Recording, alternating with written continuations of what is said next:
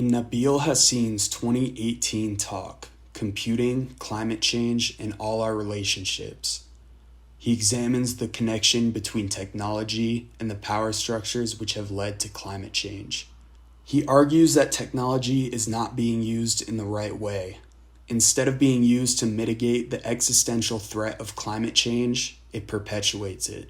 This is because the companies behind these technological innovations are only focused on profit. Nabil says that technologists should be working to address social inequalities instead of devoting their skills to promoting consumption and generating profit for oppressive companies and government institutions. He goes on to talk about how climate change is caused by an interconnected system of long-established, continuously expanding institutions. Due to the way different aspects of society are interconnected, Nabil believes that addressing climate change and social inequalities would have to be a joint effort where everyone involved has something at stake. Mel Hogan's article, Big Data Ecologies, explores how big tech companies have expanded their influence over the physical world under the guise of environmentalism.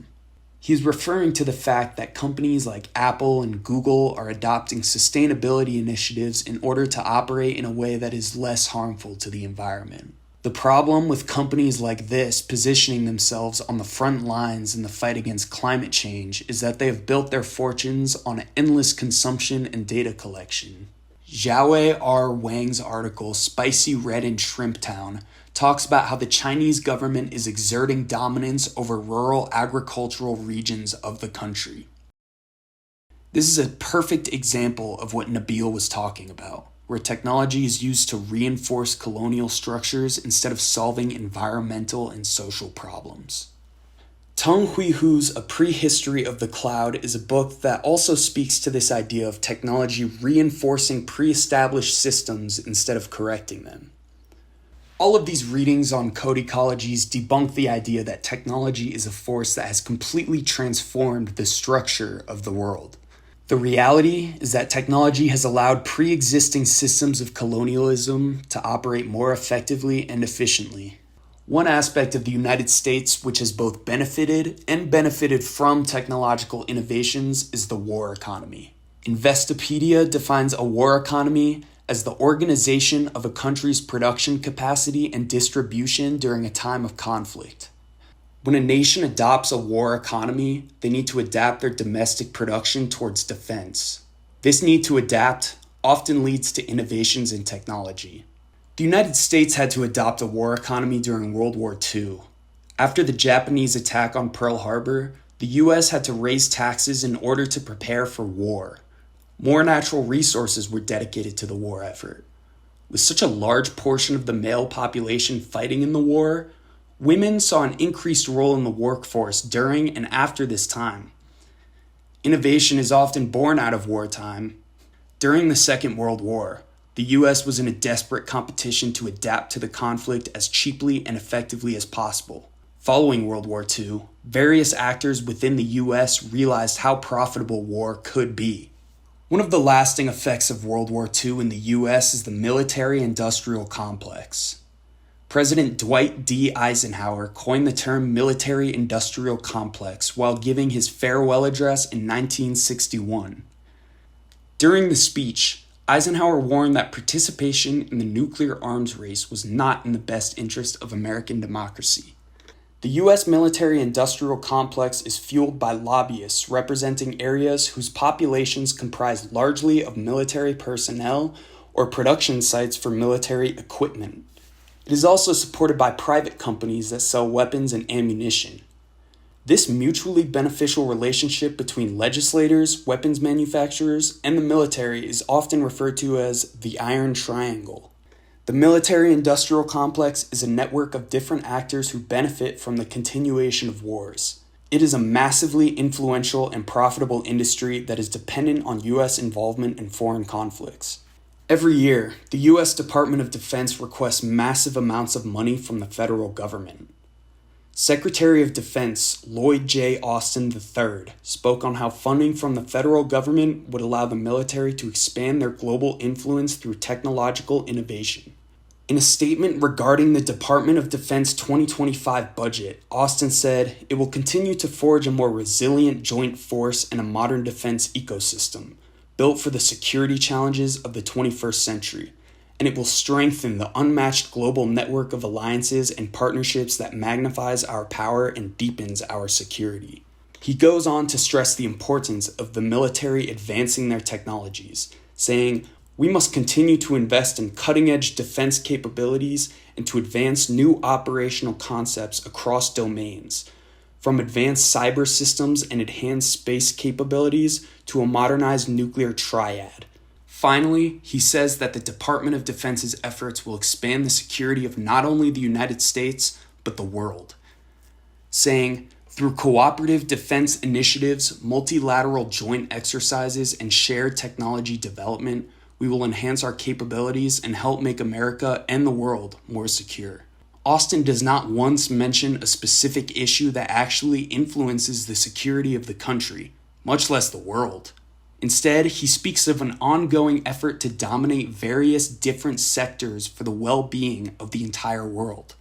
The Biden-Harris administration approved a budget of $850 billion for the Department of Defense in the 2025 fiscal year. As the official Department of Defense website puts it, this was to build, quote, "a resilient joint force and defense ecosystem." A large portion of the $850 billion Department of Defense budget is going towards their, quote, "commitment to innovation and modernization." Of the $850 billion, $143 billion was put towards research and development. Research in the field of artificial intelligence is receiving $1.8 billion alone. They're also spending $2.5 billion for, quote, "microelectronics to reduce gaps in the advanced packaging ecosystem." Billions of dollars are being put into these emergent technologies with the intention of supporting the military-industrial complex. When Eisenhower coined the term military-industrial complex, the Soviet Union was the main threat. Today, it is the threat of China. Some members of the Pentagon believe that China is an even greater threat, with their large population, advanced economy, and thriving tech sector. Many, however, believe that the Pentagon has overinflated the threat posed by China. A 2022 Project on Government Oversight report found that the U.S. has a stronger navy than China, a nuclear arsenal that is 9 times larger, and a federal military budget that is 3 times larger. Despite arguments over the validity of China as a threat, large amounts of money are being put towards expanding the U.S.'s vast arsenal of advanced military technologies, with an increased focus on new technologies like artificial intelligence. Many talented engineers and scientists are working towards addressing the vague threat of China instead of addressing health or environmental issues. Funding for the military-industrial complex comes from various sources, from taxpayers to lobbyists. During the last 2 election cycles, political campaigns received $9.8 million from Lockheed Martin, $8 million from Raytheon, and $7.7 million from Northrop Grumman. Donations from the arms industry during these campaigns added up to $83 million in total. As a whole, lobbyists for the military-industrial complex donated over $247 million to politicians during these election cycles. The politicians who are responsible for managing overseas conflicts are incentivized to make sure that they continue. With the amount of money generated by the defense industry, they're able to have a significant influence on the media. The Quincy Institute found that defense contractors are at least partially funding 75% of U.S. think tanks focused on foreign policy. Members of these think tanks are regularly featured as correspondents on mainstream media networks, where they are able to spread a pro-war agenda. This pro-war agenda can be found in various forms of American media. Top Gun: Maverick, a hugely successful blockbuster which depicts the American armed forces in an unmistakably positive light, partnered with both the Pentagon and Lockheed Martin throughout various stages of writing and production.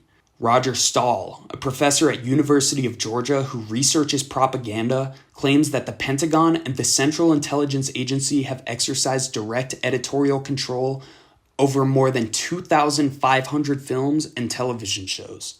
Part of the way that the military-industrial complex supports itself is by exposing individuals to its messaging in a discrete fashion. When considering the military-industrial complex and its vast network of influence on a global scale, I can't help but think back to a question posed by Nabil Hassin. How are all of your relationships? As an American born in 2002, I've grown up with the backdrop of an unseen foreign conflict in the Middle East.